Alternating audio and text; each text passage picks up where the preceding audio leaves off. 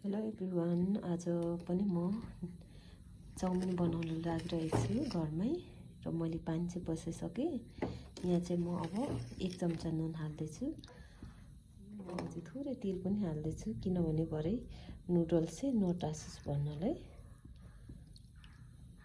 उम्लिन सुरु भइसक्यो। मैले चाहिँ स्टिकवाला नुडल्स चाहिँ यहाँहरूले देख्न सक्नुहुनेछ, उम्लिरहेको छ। यसलाई चाहिँ अब धेरै बोइल गर्नु पनि हुँदैन किनभने अलिकति धेरै बोइल गर्यो भने चाहिँ फ्यात्त हुने चान्सेस छ। मैले चाहिँ पखालेर यहाँ तैराएर राखेको छु। अब म पकाउन सक्नुहुनेछ। मैले चाहिँ चाउमिन बनाउनलाई मेटेरियल्स रेडी गरेको छु। यो चाहिँ मैले 2टा मसिनो क्याप्सिकम काटेको छु, अनि यो गाजर भयो, अनि यहाँ चाहिँ टमेटो 3वटा जति काटेको छु, अनि यो चाहिँ बन्दाको ठाउँमा चाहिँ मैले हरियो साग राखेको छु। यो चाहिँ अब आफूलाई जस्तो मन लाग्छ त्यस्तै राख्न मिल्छ, बन्दा नै राख्नुपर्छ भन्ने चाहिँ छैन। रेडी गरेको छु। त्यस पछाडि यो खुर्सानी पिसेको अकबरी खुर्सानीको धुलो, त्यस पछाडि यो मैले हातले नै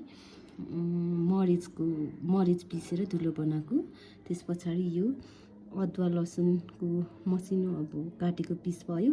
सकेर पनि मैले तेल हालिसकेँ। अब म चाहिँ अरू सामानहरू चाहिँ एड गर्छु पालै पालो गरेर। र अदुवा काटेको हाल्छु किनभने प्याज चाहिँ सकिरहेको थियो, त्यही भएर म चाहिँ यो एड गर्दैछु। गाजर एड गर्दैछु।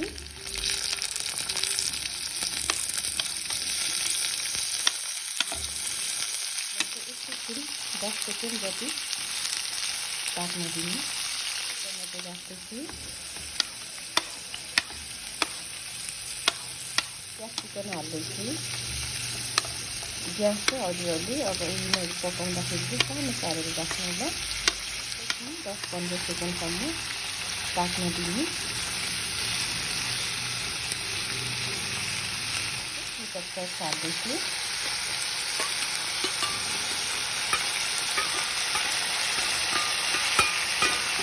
यसलाई पनि एकछिन चलाइराख्नु मिक्स गरेर।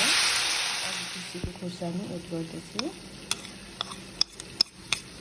यसलाई पनि मिक्स गर्ने। पिसेर बनाएको मरिचको धुलो राख्दैछु।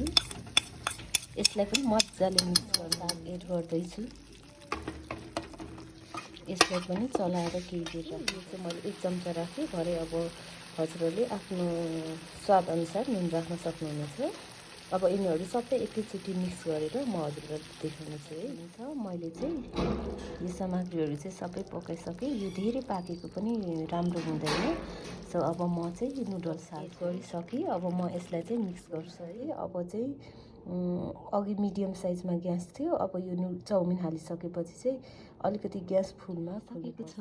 अनि हजुरहरूले यहाँ देख्न सक्नुहुनेछ। मैले चाहिँ यसरी होममेड चाउमिन बनाएर खाएँ। हजुरहरूलाई कस्तो लाग्छ कृपया कमेन्ट गर्नुहोला, लाइक गर्नुहोला, अनि मेरो युट्युब च्यानललाई सब्सक्राइब गरिदिनु होला।